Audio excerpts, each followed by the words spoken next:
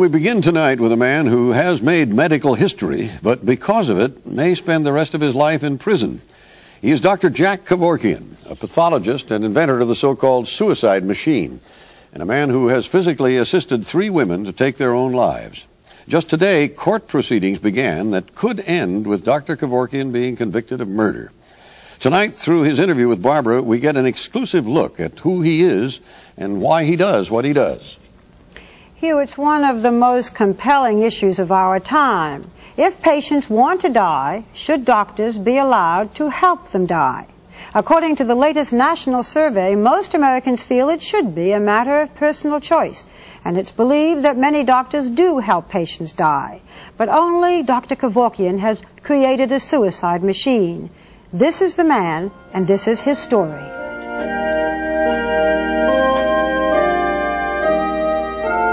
Dr. Jack Kevorkian calls himself an agnostic, but he favors Bach hymns. He plays the organ for his own amusement and said he was nervous playing in front of our camera. That was surprising. You'd think he would be used to cameras by now. Dr. Kevorkian, do you have any comment tonight? No. He rocketed to national attention after he helped this 54-year-old woman commit suicide a year and a half ago. Janet Atkins suffered from Alzheimer's disease, and Kevorkian invented a suicide machine with which she took her own life. Barbara, the first machine is the original machine used by Janet Atkins. It's all dirty because of the fingerprint powder used by the state police. Jeffrey Feiger is Dr. Kevorkian's lawyer. To protect his client, Feiger said he'd rather explain how the 3 solutions in these bottles work. In the largest bottle is a saline solution. Harmless.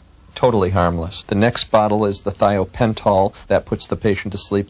The third bottle is the sodium, potassium, and anectal, and that puts the patient's heart under and ends the life. The patient starts this machine himself or herself? Yes, through pushing the button on the side. After Janet Atkins pushed the button and died, a Michigan judge ordered Kevorkian not to assist in any further suicides.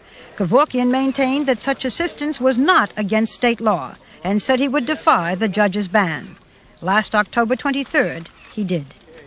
In a secluded state park, covered this week with a mantle of snow, Kevorkian obliged the wishes of 2 women who wanted to end their lives. This cabin was where they died.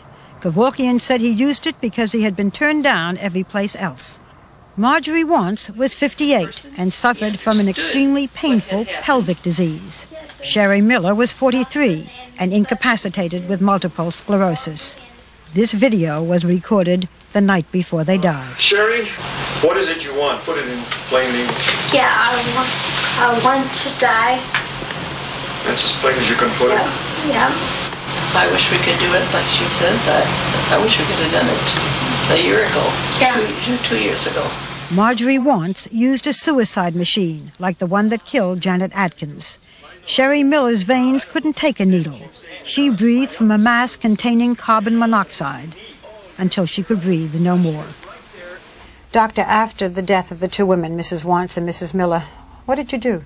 I did what one has to do by law. I notified the medical examiner's office and the sheriff's department, and I informed them both that there had been a double physician-assisted suicide, and then I had to tell them where it was.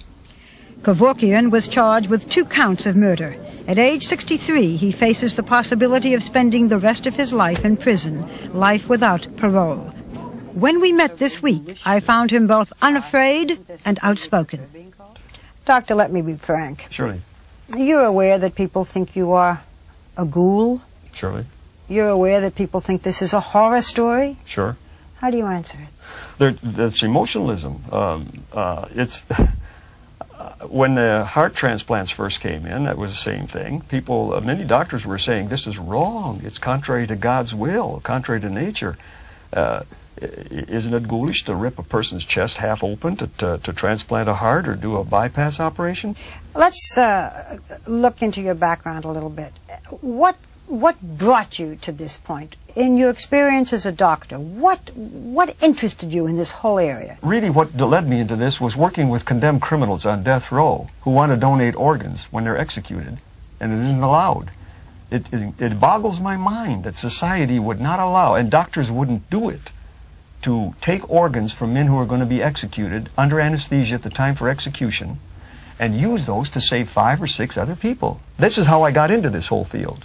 Why can't they take the organs immediately after death? Because some of them would, maybe kidneys if they're taken right there in the chamber, but others can't be used. They've got to be taken as they are today with brain-dead donors. You can artificially create a brain-dead state by putting the prisoner under anesthesia at the time set for execution, so his life is never shortened. And then you execute them while they're under anesthesia? Well, they'll die when you take the organs. I see. Yes.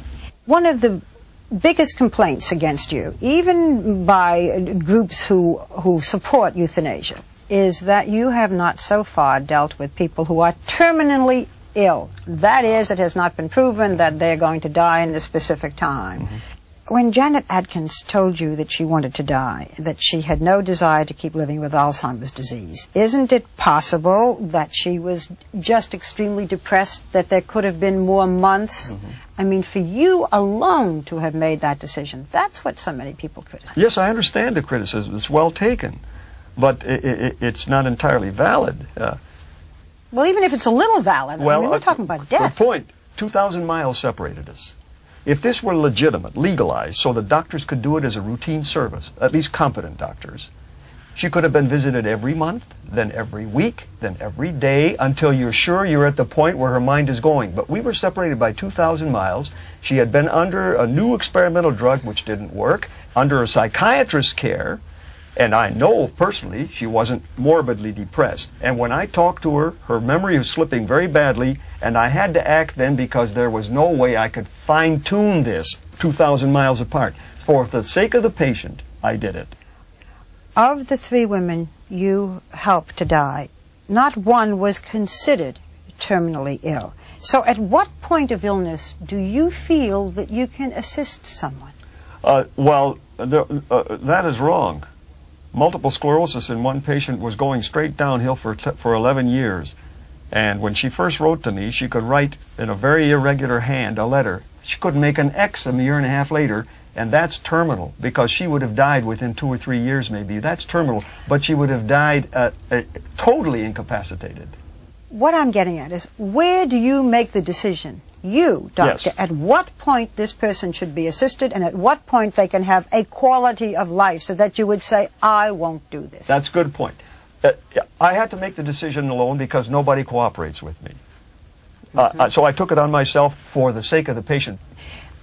Why don't you just tell your patients how to commit suicide? Because they're afraid to do it alone. They're afraid to be alone. They're afraid it may misfire and they'll end up worse than before. They all tell me this.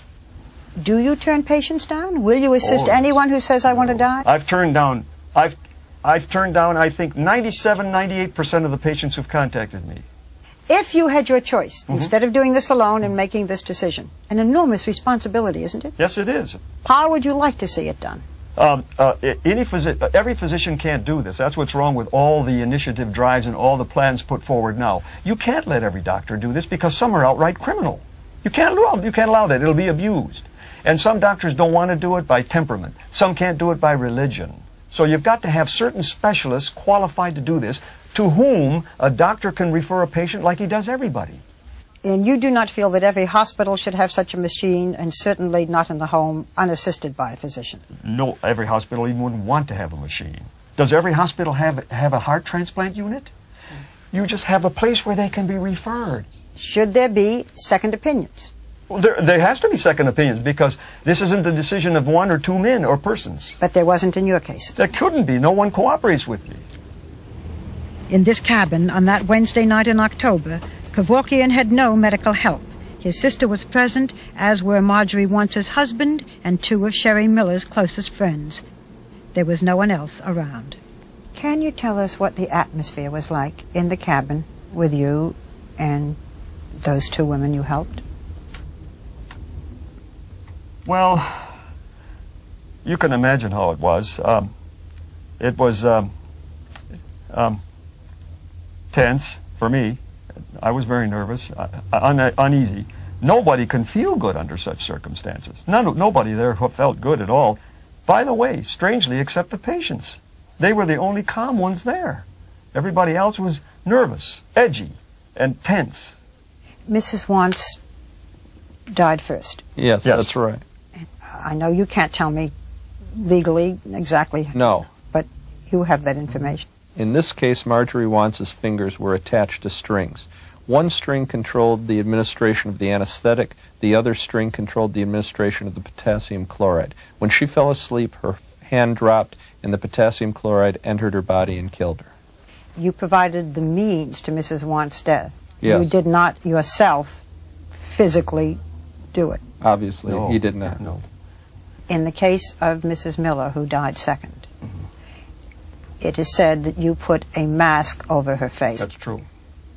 And the mask allowed her to inject into her body carbon Yes, monoxide. because she could have taken the mask off at any time if she wanted to. But, more importantly, the carbon monoxide, Barbara, was controlled by her. It has been said, it has been reported, that when you put the mask on Mrs. Miller's face, that she could not take it off, and this is why it's considered murder. That's totally untrue. That's just a and process. it's just totally untrue. She had just a little use of one arm and very little use of the fingers. She couldn't put the mask on, but she could easily have taken the mask off. And she also turned on the gas with her own hand. Do you ever, in the quiet moments of your life, question what you are doing? No. These life and death decisions that you alone are making? No, I'm not making. The patient makes them. I'm here to serve the patient. A doctor is a servant. I serve the patient's need. Why not wait until the state changes I the didn't law? break any law. I didn't make that device to have a gimmick or to be different. I made that device because in Michigan, where there is no law against assisting a suicide, is the only way I could do it. I can assist the suicide in the most humane way possible. That's why I made the device, not to be different or have a gimmick. Not to prove a point? No, to help a patient.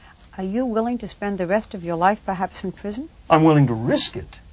But I know if I do, then I'm right. All of society knows I'm not a criminal.